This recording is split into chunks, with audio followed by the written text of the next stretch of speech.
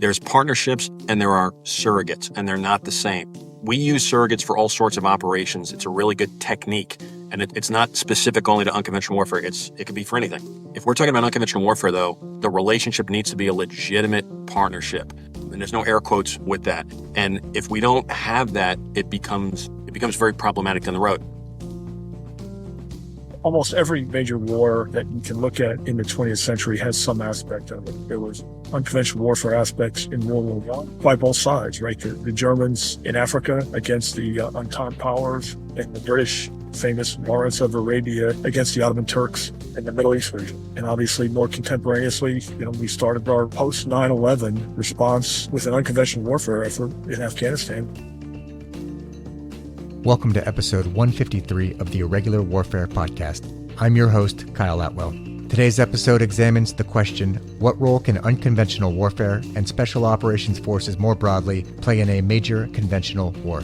The Irregular Warfare Podcast is a joint production of the Empirical Studies of Conflict Project at Princeton University and the Modern War Institute at West Point, dedicated to bridging the gap between scholars and practitioners to support the community of irregular warfare professionals. You can find more resources at the Irregular Warfare Initiative website, www.irregularwarfare.org.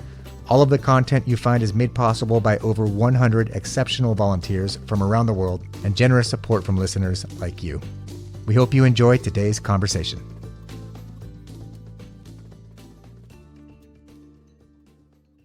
What role can unconventional warfare and special operations forces play in a broader conventional war? To tackle this question, I'm joined by an outstanding panel. First, retired Lieutenant General Ken Tovo, welcome to the show. Hey, great to be here, Kyle. Thanks. Ken, while you ended a long and distinguished military career as the commander of U.S. Army Special Operations Command, you are perhaps most famous for co-authoring an article with me. That article was Unconventional Warfare on the Conventional Battlefield, and we're going to dig into that today. And one thing I really appreciate about that article is I've written a couple articles with senior leaders as the junior guy before, and I was super excited and impressed that when I sent you a draft, you completely tore it apart and actually wrote the article. So that was an awesome experience. Actually, Kyle, if you remember, it's really, it's tri-authored, if that's a real word. We also had when we started the article, a young West Point cadet. And I thought that was kind of cool. We had somebody at the beginning of their career, you towards the end of your career, and me past my career, all putting our perspectives on a really important topic, not just for the special ops community, but really, I think, for the nation.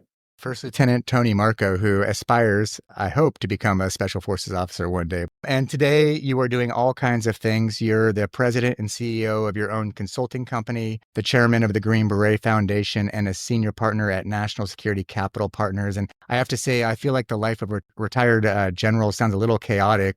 Weren't you supposed to take a knee when you were done with the career, or did you just decide to keep going? Yeah, if you talk to my wife, I'm busier now than I was on active duty. I feel that's hard to believe, frankly. It is certainly an eclectic mix of activities. And even now, I am dialing in from Camp Dawson, West Virginia, where I'm serving as a senior mentor for an unconventional warfare exercise. So unconventional warfare is at the forefront of my mind for the last couple of weeks. So. Well, hopefully you're also getting paid more than you did on active duty for all this work you're doing. And I'm paying more taxes. So next we have Mark Gerdovich. He's the author of the book, Those Who Face Death, The Untold Story of Special Forces and the Iraqi Kurdish Resistance. Mark, welcome to the show. Oh, thanks very much. Great to be here. So you've known Ken for decades, and you write in the book about your time as the battalion operations officer while he was a battalion commander during the 2003 invasion of Iraq. He must not have been that bad of a boss if you're still on talking terms right now. Normally I would jump on a sarcastic comment, but I don't have one for this. Yeah, no, he was a great boss. No, I'm serious. He knows it's uncanny for me to not take an easy softball like that. Now, he was a great boss to work for, and we just had a great relationship, and we've stayed friends ever since, fortunately. Well, we won't make him comment on what kind of a subordinate you were at the time, so we'll be safe there. He was the right man at the right time. And today, Mark, you work at US SOCOM. Just really briefly, what exactly are you doing there? I retired from active duty in 2012, and since then I've supported the community, whether it be SOCCENT or US SOCOM in some capacity as a contractor. And our third panelist is my co-host, Dr. Alexandra Chinchilla, who, after coming on the podcast a couple times as a guest and absolutely crushing it, I managed to trick into joining the team as a host. So welcome to the conversation, Alex. great to be here, Kyle. I definitely feel like the target of a multi-year irregular warfare campaign to finally be a co-host. Yep. I'm sure you'll have no regrets. None whatsoever. So getting into the conversation, I'd like to start by motivating the conversation a little bit. So why are we talking about the role of unconventional warfare and SOF in a major war? And why should our audience care? And I'll open by stating that I think the main target audience for this conversation is not current SOF entities, though, of course, there's tons to learn. In fact, if anybody at 10th Special Forces Group has not know this story, they need to listen to this. But actually, conventional joint force leaders and civilian leadership who may not understand or care about unconventional warfare, they, I think, are the prime target audience for this conversation. I'll start with Ken. What is unconventional warfare and why should non-SOF national security professionals care about it? Yeah, I'm going to give you a brief thing, but Mark actually taught this at our qualification course. So he can give you the fully doctrinal answer, which changes depending on which Green Beret you ask, actually. I kind of like to shortcut it and say it's our ability to leverage what I call indigenous mass, right? Mobilize indigenous mass to either overthrow an occupying power or an unfriendly government. I'll pass it on to Mark to give us a proper doctrinal definition. Yeah, I should caveat what Ken just said. I was actually an instructor twice. I was the Special Forces head of doctrine for a year, and then I was an instructor or an adjunct professor at JSOUD teaching this several years ago as well. So I've been involved in this debate I was actually stunned when I was thinking about it yesterday. It's really involved in this debate continuously since 1999, which shocks me how long ago that was. While the definition has changed, from time to time over the years, specifically in 2010, we tried to kind of get it under control. A lot of the same challenges the irregular warfare definition and community are having right now, we had, 10, 15 years ago. So in simplest terms, I'll just say it this way. It's a type of special operation to enable or support resistance movements or insurgencies. Stop. There's more words you can add on to the end of it that are descriptive, but tend to cause more confusion and debate. Yeah, man, I'll jump in real quick on that. So I was trying in the initial cut of Ken and my article to come up with the right definition of what unconventional warfare is. And that was what Ken threw in is, hey, it's just support to a resistance movement. And a doctrine is incredibly important, but also can be incredibly frustrating. I mean, our whole last IW podcast episode was on what the definition of irregular warfare was. And it was, it's very difficult and it gets political sometimes. But at the end of the day, what I liked about what Ken brought forward and what you just said, Mark, is if you are a military, like the United States military, and you have a war to conduct, there is a group of people probably in the country you're working with that don't like the government and are willing to work with you to help overthrow it or hurt it. That's just support to a resistance unit. It's not doctrinal, but it's very simple and easy to understand, I think. I don't remember his name, but in 2010, the Trinoc commander said something that always stuck with me. And his comment was, if you have to read a definition or think about it for more than 30 seconds to understand it, you don't have a good definition. And I took that to heart back in my days when I was a doctrine writer. That's what you aspire to, that you heard it once and you can walk away and go, okay, I got it. Yeah, and I think the other aspect is our language has to be translatable outside our community. Right? Yeah.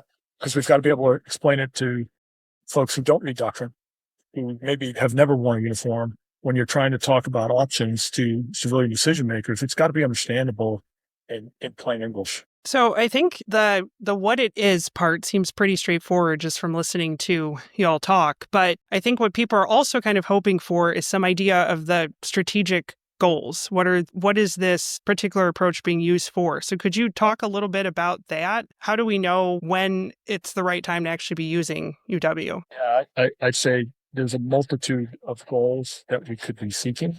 We talked about some of them in the paper, and it really comes down to not just the goals you're going after, because it's not just as simple as, in this strategic case, use UW, because there are times when UW is just not the right answer. The conditions on the ground are not acceptable to generating more successful resistance. I would describe it this way, like it's a great tool in the military tool bag, but it's not a multi-tool. It's a specific tool that you might not use every single day, but it's that kind of tool when you need it, it's really, really useful. And this is not something that's useful for very short military campaigns, something that's going to be, a week long, like Just Cause in Panama in 1989 or Kosovo in 1999. It doesn't particularly fit that scenario, but when you have a broader, large LISCO type scenario, it potentially becomes very important. And that puts it in a really odd position that because we don't have personal familiarity with using it, and I'm saying we, the broader military, every day, it becomes somewhat unfamiliar or confusing. Yeah, I love what Ken said about we have to have definitions that non-experts can understand. And I think to motivate the conversation a little bit more, to convince somebody that this is something they need to understand within all the other things they need to understand as a national security expert, can we give a little bit of scale to how common unconventional warfare is? And Ken, if you could just dig a little bit, is this a recent phenomenon, or is this something that has held across time and space as a tool of national security? I think in our paper, we go back to Sparta versus Athens and the mobilization of indigenous elements and an ability to use asymmetric and unconventional warfare techniques. Almost every major war that you can look at in the 20th century has some aspect of it, right? There was unconventional warfare aspects in World War I by both sides, right? The Germans in Africa against the Entente powers, and the British, famous Lawrence of Arabia, made a movie out of it against the Ottoman Turks in the Middle East region. And obviously more contemporaneously, we started our post 9/11 response with an unconventional warfare effort in Afghanistan, won by 50. And then, of course, what Mark describes in his book, our unconventional warfare effort up north to augment the invasion forces coming out of the south. History is replete with the examples of it. Even beyond, U.S. military history, we can find quite a few examples. It's always present. Sometimes it's the main effort, but more often it's a complementary effort to a broader military campaign. Yeah, I would go so far as to say, like, I'm not going to go all the way back to Sparta, but if you look right after, let's say, the post-World War II era, there's actually quite a lot of application. A lot of it is not commonly known. Maybe it's because it's conducted, by the CIA or in a special operations capacity. But there's actually quite a lot from the 50s, 60s, 70s, 80s, 90s, and then the 2001 time period onward.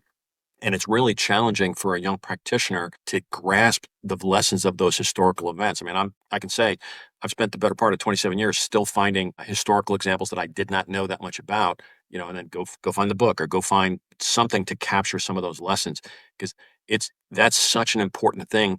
Because if you talk to policymakers or senior military folks, I dare to bet you they will have an opinion. Like I always jokingly say, if you talk to a State Department person, the first thing they're going to bring up is the Bay of Pigs. And that's not inappropriate, as a concern, or some of the challenges in Syria. And as a practitioner, you need to be very aware of the difference between, is it a good or bad idea? And was that example good or bad application? They're not one and the same. And that sometimes hurts this topic a tremendous amount. Unconventional warfare is a tool used in multiple contexts, but the interest here is, when can it be used by joint force commanders in the context of a broader war? So the case studies there is we find examples of both the Germans, the Brits, and the Americans using unconventional warfare to support broader campaigns during World War I and World War II. I will go back to Sparta and Athens because one of my favorite quotes, and I actually have this up on a painting on my wall, is from the Spartan general Lysander, who said, "Where the lion's skin will not reach, you must patch it with the foxes," which is the idea is that every conventional military force has limits, and where your front line can no longer extend, you need to use other unconventional tools to still cause problems for the enemy. So yeah, the historical depth of this, I think, is important, because if you're trying to essentially convince a conventional force leader this is important, you have to show this isn't just a one-off. This happens over and over throughout history. And there are times when the campaign objectives are beyond either the reach or the political limitations of a conventional force. We're living through one of those today. We're in the middle of a conflict with Iran, in which, while it may not be the stated goal of regime change, one can imagine that the only way we can really achieve our objectives in this conflict is if the regime really changes. Yeah. And the invasion is not a likely scenario given recent history, the nature of Iran itself, size, et cetera. And so one might imagine if the conditions were acceptable, that perhaps some kind of unconventional solution to support potential internal dissent to overthrow the regime might be an option that would be considered. Yeah, I'd like to dig into that later in the conversation, but before doing so, I'd like to start with a thesis, which is that unconventional warfare can, and often has in the past, play a vital shaping operation in a broader conventional war. And for this to work, conventional joint force commanders must understand the capability at hand and how to integrate soft assets into their planning and execution. I'll start with Mark. Do you agree or disagree with this argument? Yeah, absolutely. This again goes back to we, as the person in the time and space who are find ourselves talking to a GCC commander, a geographic combatant commander, or a policymaker and decision maker, need to be really clear on the value and the limitations of this option, because that is what a policymaker will ask. I have many, many stories of being in that position, and I used to do this with students all the time, role playing, saying, well, I'm really concerned about this, but I'm still going to entertain it. Why should I do it? And we need to have very clear answers of when it is useful and applicable, what it would take, and what the potential risks and limitations are, and not just lump that all together as it's something we want to always promote. It's the right tool for the right job when it fits. I want to ask a little bit more about that actually, Mark, because UW in particular is just very dependent on having the right local force available. And as someone who works on proxy war, I know you're all familiar with this. There's just so many things that can go wrong anytime you're relying on others to do your work for you. What are permissive conditions for making this happen? And when is this just a bad idea? Such a great question. And I have to say, before we started recording, Kyle, you made a comment in your own studies where you got to a point where you said, this seems impossible. And I almost was going to tell you then, I used to actually tell all my students when they would say back to me, this sounds impossible. And I would say, now you're trained. Now you're getting to a point where you understand this. And I have faith that you could potentially do it. It's the person who's like, I think this is pretty easy. So to answer your question, at the onset of an opportunity, and I'm going to say most of those opportunities start at the highest levels, be it whether the Pentagon or a geographic combatant commander, a 4-star regional command. They're the ones who are looking at the problems. They need to have some inject that can feed them, hey, this might be something that will meet your objectives, but that means there needs to be a special operations representative that is aware of the challenges they're facing and can articulate this very, very quickly. Now, then it gets into what we call a feasibility assessment, which often gets skipped because we make a decision and then we got to try to fill it in backwards. And that leads to bad results. But simply put, there's a series of environmental criteria like, does this group have indigenous leadership that's competent? Do they have terrain that would allow them to fight and stay alive? Is there a weakness of the government control over the population? So you look at those things and say yes or no. And then we look at, do they have ideology that matches ours? Do they have objectives that match ours? We have a little bit of room to change these if it's not quite right. We can influence it and maybe get them to agree to stop certain behaviors that are not conducive. But nobody wants to hear the answer is no.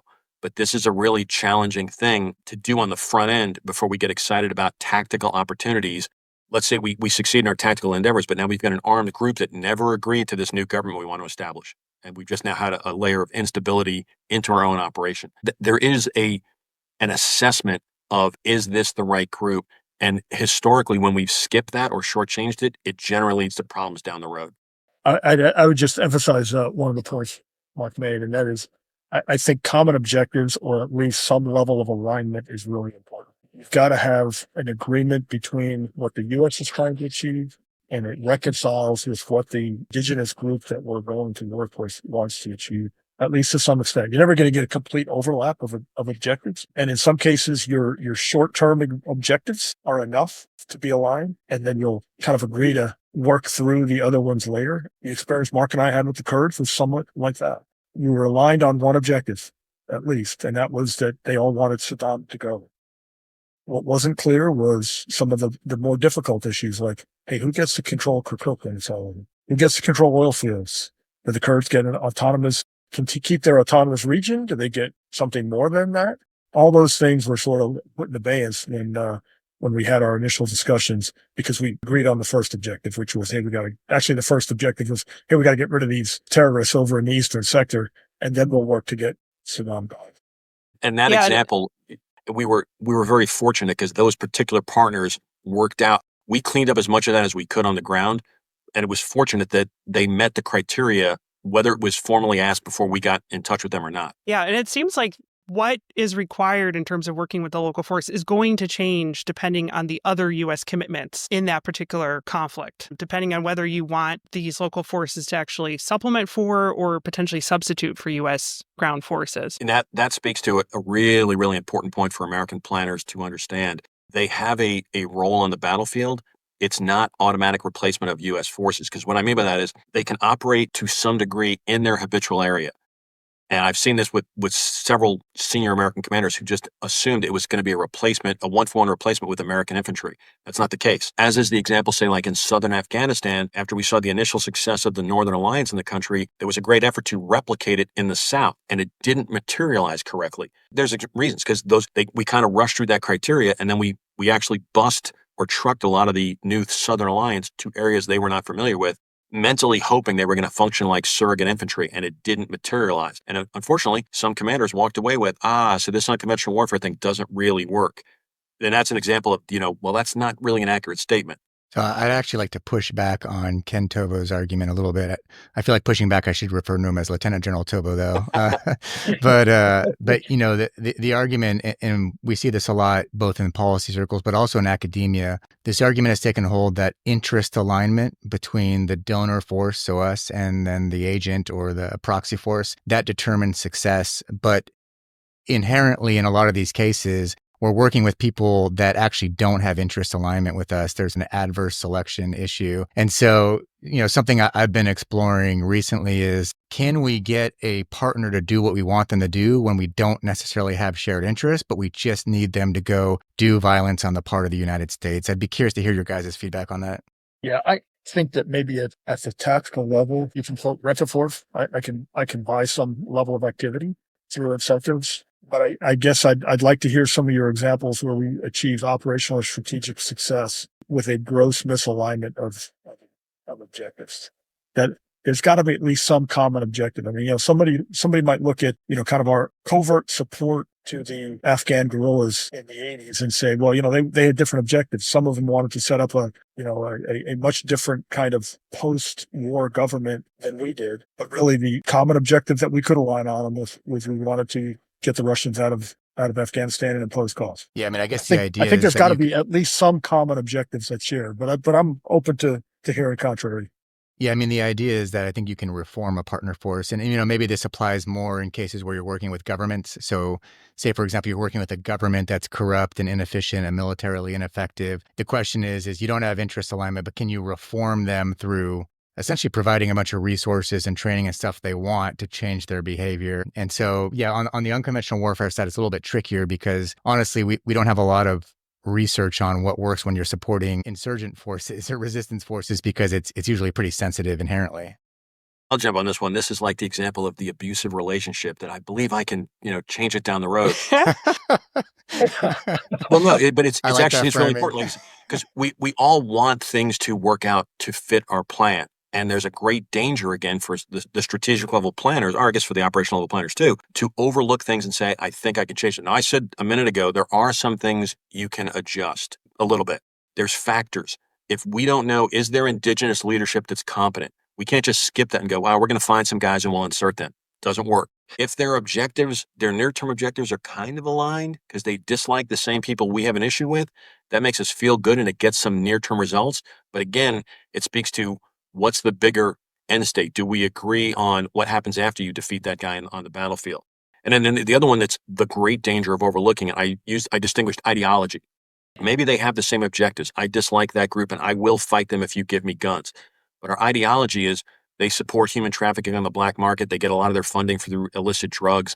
And that's an example. Maybe I can stop that behavior, but I should stop it before I start supporting them and not hope down the road I'll be able to just compel them with my friendship. Yeah, I think part of what this conversation is pointing to is that it's probably that sort of medium area of interest divergence that is sort of the risky spot, but also the spot where a lot of policymakers might want to play, right? Because they're not so grossly misaligned that it's definitely going to fail. And they're not so closely aligned that you could just be like, here's your weapons cache, go ahead and do something. But, you kind of want to play in this middle space. And then it depends on how willing you are to actually put the resources towards controlling them and account for the fact that there may be some dangerous surprises along the way.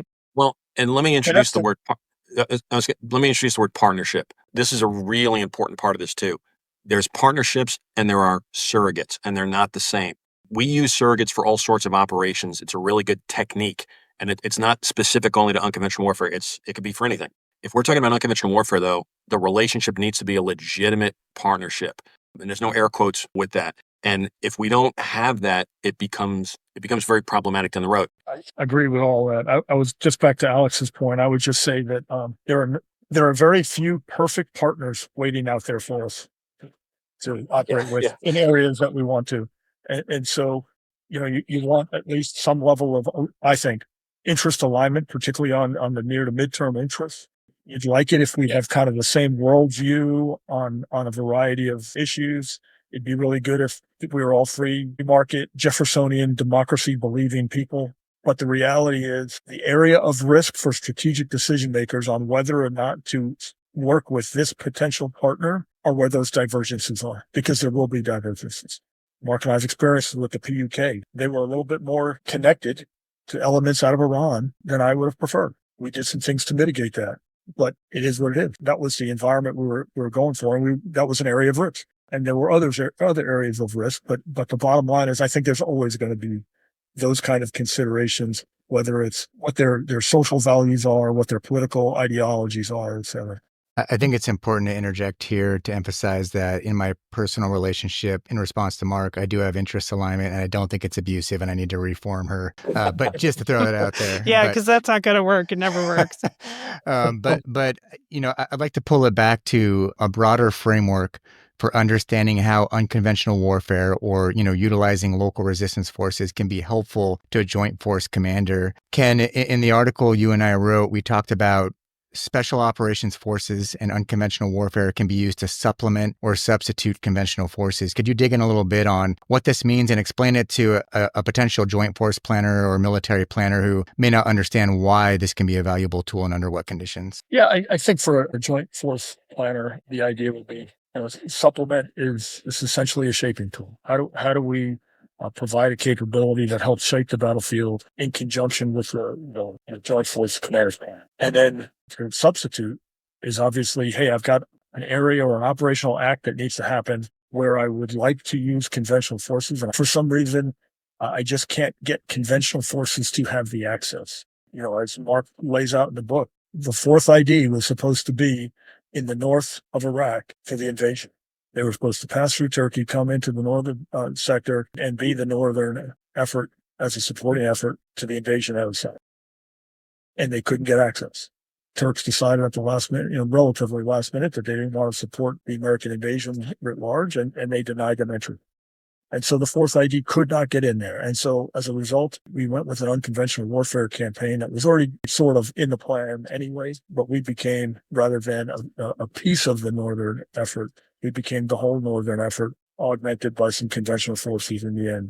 But writ large, it was substituting for a specific maneuver unit, the fourth ID, and the capabilities that they were going to bring. Just to sum it up, supplementation is you have a limited conventional forces, your lines run thin, like we talked about with Lysander earlier, where you no longer have conventional brigades to put along the front line, or in a broader global campaign like World War I or World War II, you might supplement them with soft forces. And the example we use there, and there's multiple examples, but the Germans in World War I were sending small numbers of German, what we would probably call today special operations leaders or special forces Green Beret equivalents, into Africa to raise just thousands of indigenous forces to heckle the Allies. And similarly, we saw in Saudi Arabia the use of British forces to raise indigenous forces that would fight against the Ottoman Empire, right? So this is a historic tool. It's not just a modern tool. And then substitution is, at some point, there's just places where you can't send your conventional forces due to political reasons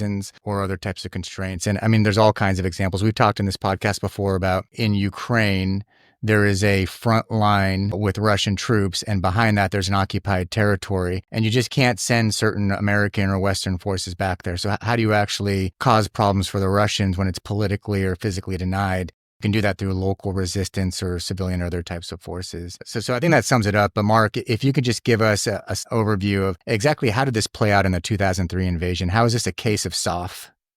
2003 invasion is really a fascinating example, and not just the part that Ken and I were involved in, but I'm talking about the whole campaign plan, like watching CENTCOM suddenly struggle with, wow, we got to really do this, and break out a 10-year-old Gulf War plan that was no longer relevant because the Army had shrunk considerably since 1990. So suddenly, all tools were on the table, and especially because of what happened in Afghanistan, 6 months to a year ago with the Northern Alliance, they were interested. And as it turned out, the scenario was such that, hey, there might be a Kurdish potential in the north, and there might be a Shia potential in the south. So they started to look at both of those. And this is an important point that I would describe for anybody. A good rule of thumb, if you will, for unconventional warfare is there's two applications. There's in support of LISCO, and has two subparts, and there's as a standalone effort, traditionally more like, the CIA in Afghanistan in the 1980s. That's a separate scenario. So when I say in support of LISCO, there's two sub-scenarios to that. One is create a second front, which was the scenario that Ken and I faced with the Kurds in the north, for obvious reasons, divert forces from the enemy, things like that. And then there's in support of the invasion area. And that's what Fifth Group and the Shia potential idea was facing in the south. There's very technically different information on how to do both of those. That one is harder. Supporting an invasion area is more challenging to plan than supporting the development of a second front. And subsequently, there was a lot of challenges. I think also the Shia panned out to not have the potential anymore because we were not aligned. 5 years earlier, around 1995, the Shia potential that was there may have been in a better position, but over the years, they got closer and closer to Iran. So in 2002, when we looked at it, it just didn't really materialize as a viable option anymore. If it had, understanding what you would do to support a conventional commander in invasion from the conventional perspective and special operations is so under-discussed and so difficult. I mean, so what we did, what 10th Special Forces Group did in the north, we partnered with local Kurdish Peshmerga forces to create a new front in support of the broader U.S. military conventional offensive that was coming from the south. So we essentially made a northern front to tie up Iraqi forces while the conventional forces were coming from the south. Is that right? Yeah. Essentially, when you looked at the pre-war Iraqi laydown of forces, about 2/3 of the Iraqi military was arrayed in the north. 3 corps, 13 divisions. So a pretty significant element. And part of that was because of the Kurds. I think part of it was also they perceived a potential threat from Turkey. And so when they looked around their neighborhood as far as where they needed to array their forces, 2/3 and more up north. As you evaluate that, part of the plan became, okay, how do we keep the 2/3 in the north so that they can't interfere with the invasion coming out of Kuwait from the south aimed at Baghdad? And essentially our mission up north, just out of north, of which we were a part, became, at least in the CENTCOM mind, and Mark addresses this in the book, to quote, fix 13 divisions in place. And we had a lot of fun and many conversations about whether or not that was actually an achievable objective. In civilian terms, we were to prevent them from interfering with the defense of Baghdad. So one thing I've been wondering about is whether this particular case was unique, particularly given the context of the U.S. maintained no-fly zones in the north and the south, Operation Northern Watch and Southern Watch. How typical is this for other unconventional warfare campaigns? To some extent, it was a very favorable condition. Under the northern no-fly zone particularly, the Kurds had been able to establish an autonomous zone in which they were thriving. Although notably, primarily the KDP was under the northern no-fly zone. The PUK, their territory that they control, was not under the northern no-fly zone. Yet they were maintaining their own autonomy through their ability to ensure that the Iraqi army did not want to come north. Right? They had a pretty good defensive line and very defensible terrain in the mountains. I would say it was analogous to the fact that the Northern Alliance in Afghanistan had retained control of some territory. So I think that allows you to jumpstart an unconventional warfare campaign, right? If the resistance element that you're going to work with already controls some amount of what let's call it safe haven, or has some contested territory where the government hasn't really locked down their control, then that is a much more favorable condition for operations. So these are ideal conditions for unconventional warfare. Yeah. It allows you to then have an area to operate from. Certainly lowers the risk of entry for U.S. forces that want to come in and support. Conversely, look at something like the Russian-controlled zone in eastern Ukraine.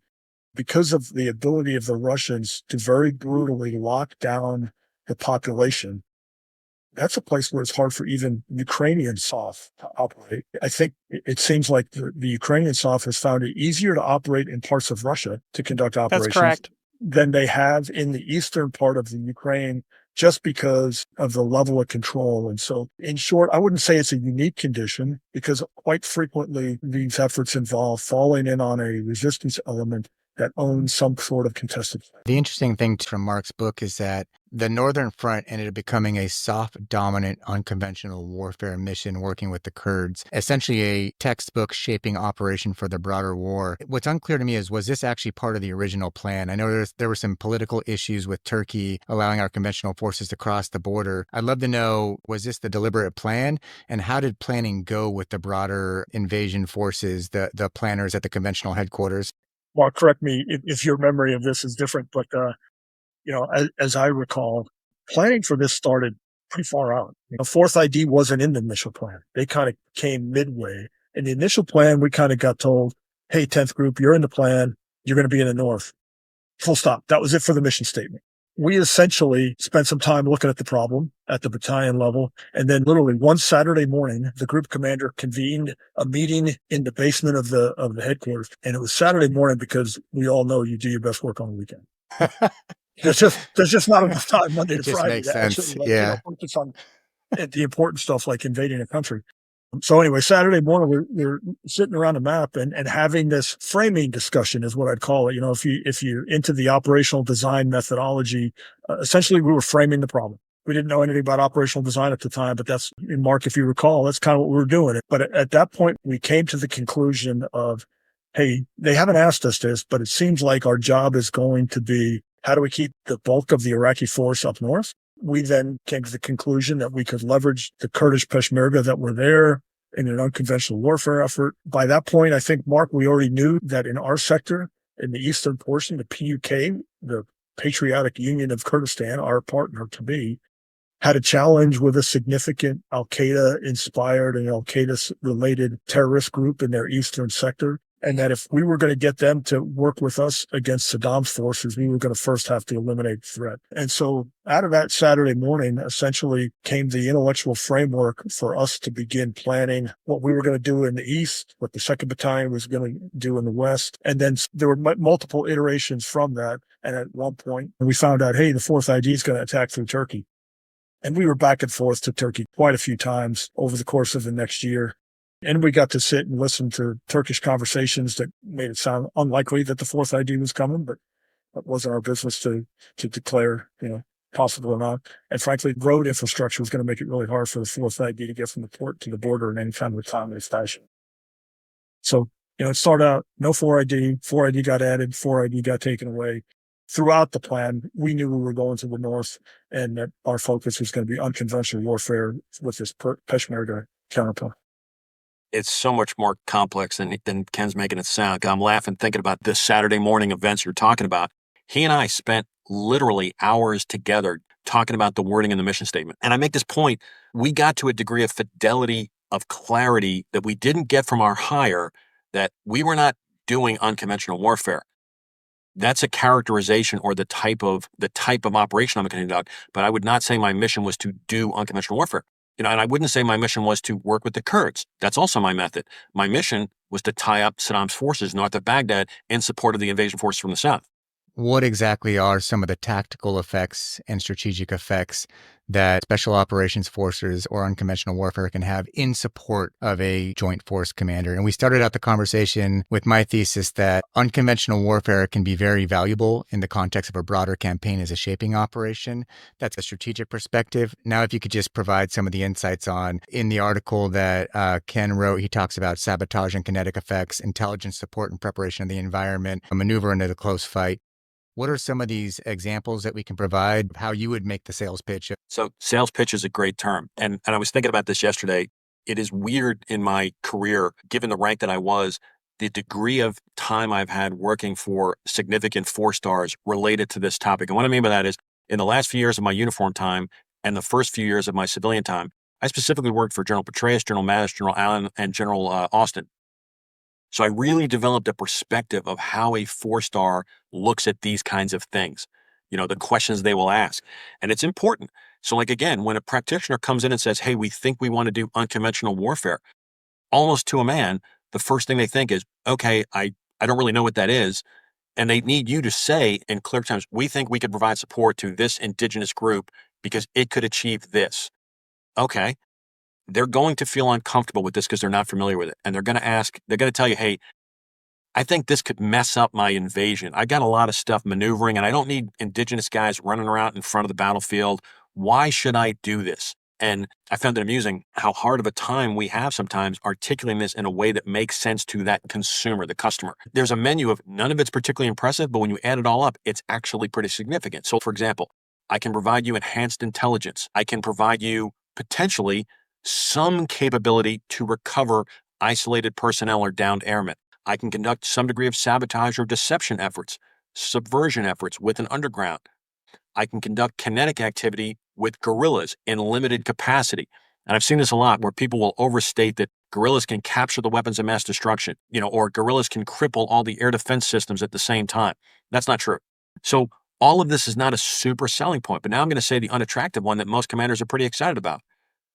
Once your conventional forces pass through an area, I can link them up with the local indigenous guerrilla or underground elements, and you can hand off certain security, requirements for the lines of communications. I can give you personnel that will know how to reinstitute the stability of the city, be it the electricity, the power plants, things of that nature. That's suddenly very appealing because now you don't have to burn up your limited conventional forces protecting the lines of communication. We can have indigenous guerrillas do it with special forces guys. Really on that stabilization piece, if you look at the challenge that we always seem to have once the conflict is over, is how do we stabilize the area and eventually turn it over to somebody else, to an indigenous government that can exert control, and then we leave. And depending on how mature the resistance element is, they may have their own shadow government established already, but they certainly have a leadership structure, and they can be part of rapidly establishing indigenous government. For example, our main counterpart from a political level in the eastern portion was the head of the PUK, Jalal Talabani. He was incredibly influential in his relationships across Iraq, to the point where in the post-invasion period, he becomes the president of Iraq. That's the other value of this resistance, is that it gives you a line into the post-conflict. I'll just amplify a couple things. Back to the case study, Mark's book, if you will. One of the other things that it brought was this ability to mobilize indigenous mass. Between the PUK and the KDP, there was about 55,000 Peshmerga in the north. That's a pretty significant force. It's not the combat power of the 4th ID, but it's still a pretty significant force. Can you give a sense of scale of how many Americans we had on the ground? You just gave the Peshmerga numbers, and how many Iraqis were actually being tied up from that to get a sense of scale? So we had 2 battalions from 10th Group.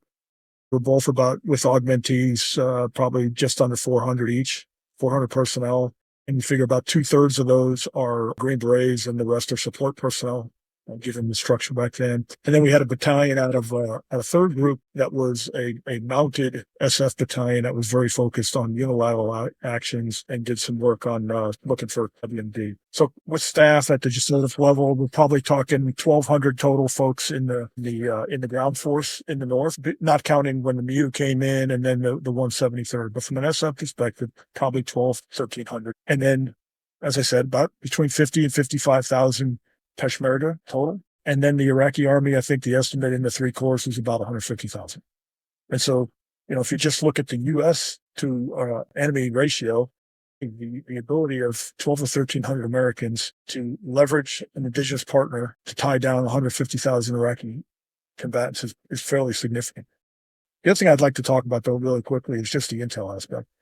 We fell in with some agency partners who had done some development work. We had augmented them with our pilot team who had been on the ground for quite some time before the invasion started, which helped us plan and prepare. But it also helped develop that overarching intel picture that turned out to be really impactful across the theater. Long story short, out in our sector, they essentially had a walk-in who had a connection to a religious group that spanned Iraq. And they essentially had a ready-made intel network that our folks and the agency folks helped operationalize. And in fact, they turned out to be the intel that initiated the war. One of their network reporters became the person who called in and said, hey, Saddam is at this place at this time, and the president made the decision that we're going to try and take him out of there. From that perspective, you look at strategic and operational level impact, the intel and preparation of the environment aspect is hugely important. And it's really hard to do without an indigenous partner because they know the people, they know the societies, they know the terrain. You're not going to go in on your own and establish all that level of understanding. I mean, I think the sales pitch for a conventional commander in the top line, if you had a 20-second pitch, was with under 1,500 U.S. personnel on the ground and some partners that we're going to work with, we can tie up over 100,000 Iraqi forces to buy you time to not have to deal with them on the invasion. That's a pretty compelling narrative, but I think we often get lost telling that story and the details and the complexity of how this is going to work and who we're going to work with. I almost think we just need to get to that bottom line up front and hope that that's conveyed effectively so we can move out with the mission. What are the effects you're going to create? There's so much more in this conversation, but we're running up on time, and I'm sure Alex is going to hate me for this because I know she has a lot of more questions, but I'm going to move us toward closing. Based on your extensive experience with unconventional warfare and then also integrating SOF with conventional forces, what are the implications for policymakers and practitioners that you take from this conversation? For SOF integration or SF integration with conventional forces, the biggest thing I would say is the message needs to be clear, and it needs to be tailored to what they're interested in. They don't want to hear that it's our original mission. They don't want to hear that it's our raison d'etre. They want to hear what it's in it for them. It needs to resonate with them very, very clearly. And that's actually challenging too, because for special forces personnel or any SOF personnel, the military keeps evolving how it fights. The battlefield is changing so rapidly. The SOF community needs to be really fluent, if you will, in how is the military currently fighting and what are their challenges. I think I'd add to that, make sure policymakers understood that this is most likely to be an available tool if you make some investments early in time, right? Some of the things that need to be developed in order to increase the likelihood of success of an unconventional warfare effort take time to develop. You can get lucky. You can fall in on a ready-made resistance organization that's already in sanctuary, like to some extent, like we did in the North. But we didn't talk about the fact we have a pre-existing relationship with the Kurds that really went back into the Gulf War, post-Gulf War. We had developed relationships. We had built-in credibility relationships and to some extent experience with the terrain, the people on the ground, etc.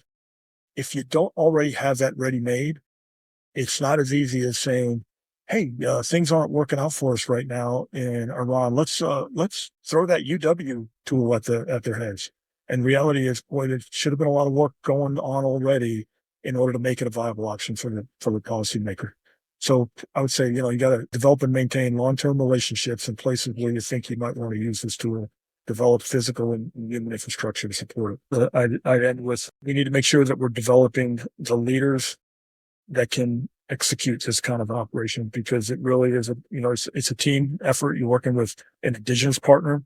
You're generally working with other governmental partners, Intel, state, others. This is truly a whole of government effort in a lot of ways to do a successful unconventional warfare campaign.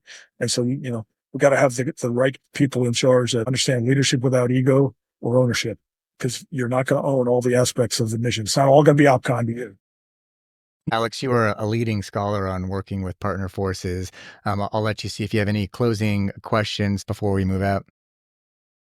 Yeah, I just echo everything that you said with my understanding of the Ukraine case. But one question I had that's still just really bothering me. I know all you SOF guys like to be good at everything. Are there some trade-offs involved in trying to be good at UW, being good at direct action, being good at everything else? Because it seems important as we think about the future of special operations forces and great power competition. Yeah, I think Mark and I are in the same place on this, right? As a special forces soldier, your focus is working with and through partners. And so you need to be good enough at all of those skills.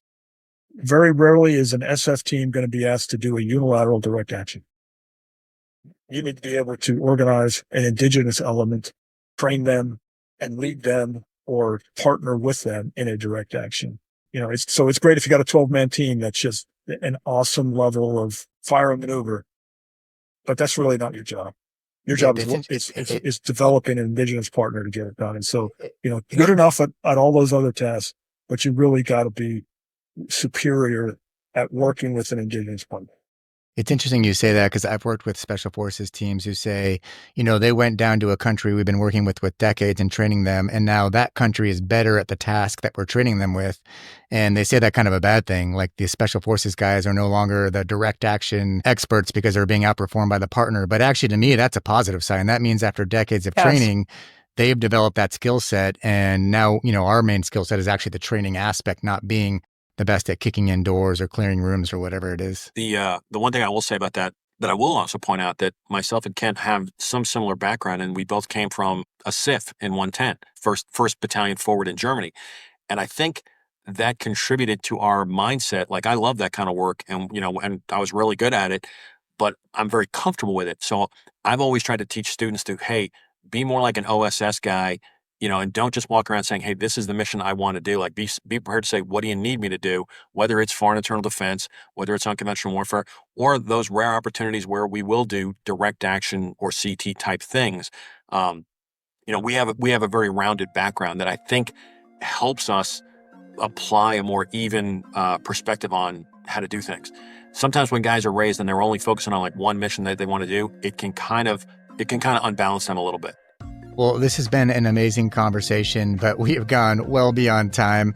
Ken Tovo, Mark Gerdovich, thank you so much for your time and sharing your expertise on the Irregular Warfare podcast. Hey, thanks for the opportunity. Really enjoyed it. Yeah, my pleasure.